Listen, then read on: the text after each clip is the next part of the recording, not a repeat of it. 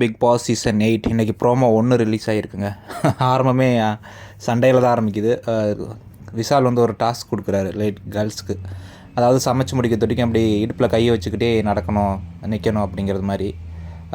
நம்ம மஞ்சரி அவங்களுக்கு வந்து எனக்கு இந்த பாடி லாங்குவேஜில் இஷ்டம் இல்லை அப்படின்னு சொல்கிறாங்க. அங்கிட்டு ஆனந்தி வந்து பாயிண்ட்டை பிடிச்சிட்டாங்க. அவங்களுக்கு தான் ஒரு பாயிண்ட் கொடுத்துட்டா போதுமே, பிடிச்சிருவாங்களே. ஸோ அவங்க வந்து எனக்கு இதில் சுத்தமாக இன்ட்ரெஸ்டே இல்லை அப்படின்னு சொல்கிறாங்க. அவன் விஷால் சொல்கிறாரு, இன்றைக்கி டாஸ்கே இல்லை, அப்புறம் டாஸ்க்கு இல்லை, டாஸ்கே பண்ண மாட்டேன் அப்படின்னு சொல்லுவாங்க. அப்புறம் கோடே தேவையில்லை அப்படின்னு சொல்லுவாங்க.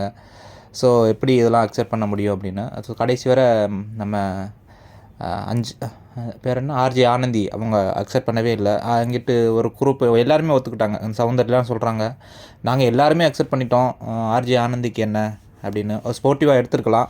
இருந்தாலும் அவங்களுக்கு அந்த பாடி லாங்குவேஜ் அந்த மாதிரி ஒரு அன்கம்ஃபர்டபுளாக இருக்கும்போது அது வேறு டாஸ்க் கொடுக்குறது தான் நல்லதுன்னு எனக்கு தோணுது. ஏன்னா இதை வச்சு ஒரு கண்டென்ட் பண்ணி அவங்க பேசுவாங்க அடுத்து. அதுக்கு தான் அவங்க ட்ரை பண்ணுறாங்கன்னு நினைக்கிறேன். ஸோ ஆனால் இதெல்லாம் ஸ்போர்ட்டிவாக எடுத்துருக்கலாம். அதுக்கு இடுப்பில் கை வச்சுட்டு நடக்கிறது என்ன தெரில. ஒருவேளை அவங்களுக்கு வேறு எதுவும் இஷ்யூவாக இருக்கா என்னன்னு தெரில. ஏன்னா சௌந்தர்யாலாம் ஒரு தடவை அந்த சௌந்தர்யா ரஞ்சித் கூட ஒரு டாஸ்க் கொடுத்துருப்பாரு. அவர் நடக்கிறது மாதிரி சூப்பராக தலையில் இந்த செம்பு வச்சுக்கிட்டு நடக்கிறது மாதிரி பண்ணியிருந்தார். ஸோ அதை அவங்க சூப்பராக பண்ணியிருப்பாங்க சௌந்தர்யா. ஸோ அந்த மாதிரி ஸ்போர்ட்டிவாக எடுத்துக்கலாம். ஏன்னா மித்த 9 பேருக்குமே அது எந்த பிரச்சனை இல்லை அப்படிங்கும்போது இது அந்தளவுக்கு பெரிய ஒரு கஷ்டமான டாஸ்க்காக இருக்காதுன்னு நினைக்கிறேன். அவங்க மைண்டில் ஒரு ஃபிக்ஸ் பண்ணிட்டாங்க, ஸோ பண்ணக்கூடாது அப்படின்னு. அதை அப்படியே அவங்க கண்டினியூ பண்ணுறாங்க. சரி, என்ன ஆகுதுன்னு பார்ப்போம். நேற்று அந்த சிவகுமார் நடித்தது சூப்பராக இருந்தது, சொல்ல மறந்தாச்சு.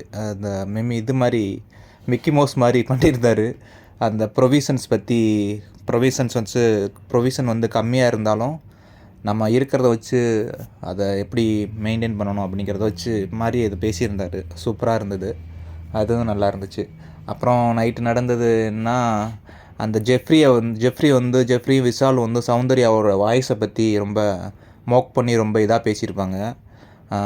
அப்புறம் வந்து நம்ம முத்துக்குமரன் அவரையும் பற்றி சைனீஸ் கொண்ட அப்படின்னு சொல்லி அவர் ரொம்ப கேவலமாக பேசியிருப்பாங்க. ஸோ அதெல்லாம் அவாய்ட் பண்ணியிருந்துருக்கலாம். ஏன்னா அவங்க ஆல்ரெடி சௌந்தர்யா வந்து அந்த வாய்ஸ்னால தான் அவ்வளவு புள்ளி பண்ணி ரொம்ப மனசு உடஞ்சி அழுதுட்டு இருந்தாங்க அன்னைக்கு. ஸ்கூல்லலாம் இந்த மாதிரி தான் கஷ்டப்பட்டேன் வாய்ஸ்னால் அப்படின்னு. ஸோ அந்த வாய்ஸை வச்சு அவங்க மோக் பண்ணிகிட்டு இருந்தாங்க.